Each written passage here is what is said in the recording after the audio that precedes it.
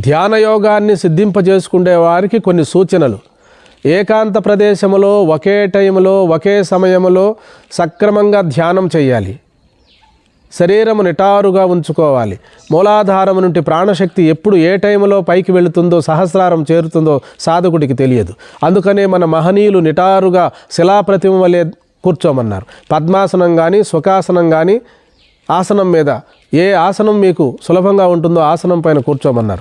అలా దినదిన క్రమేపీ అభ్యాసం చేసినప్పుడు తప్పకుండా తనలో ఉన్న ప్రాణశక్తి, ఆ యొక్క ప్రాణ తరంగాలు మెల్లమెల్లగా భ్రూమధ్యం చేరుతుంది. భ్రూమధ్యం చేరిన పిమ్మట సహస్రారం చేరుతుంది. సహస్రారం చేరినప్పుడు జీవాత్మ పరమాత్మల ఐక్యానుసంధానం కలుగుతుంది. అదే నిర్వికల్ప సమాధి. యోగములకు పరాకాష్ట నిర్వికల్ప సమాధి, జ్ఞానమునకు పరాకాష్ట స్వస్వరూపానుసంధానం. మరి స్వస్వరూపానుసంధానం చేసుకునే వారికి సాధన ప్రత్యేకంగా లేదు. ఎరుకగా మిగలడమే, ప్రజ్ఞానంగా మిగలడమే, సాక్షిగా ఉండడమే అభ్యాసం. ఇది కేవలము తన స్వరూపాన్ని అనుభవానికి తెచ్చుకొని స్వరూపమాత్రుడై మిగలడం. ఇక అభ్యాసములో యోగము, జపము, పూజలు, వ్రతాలు ఇవన్నీ కూడా యోగ మార్గములో చెప్పిన విషయములే. ఆత్మజ్ఞాన విషయములో కేవలము ప్రజ్ఞానమాత్రుడై ప్రజ్ఞానం బ్రహ్మగా మిగలడమే ఇందులో ఉన్న ఆంతర్యము.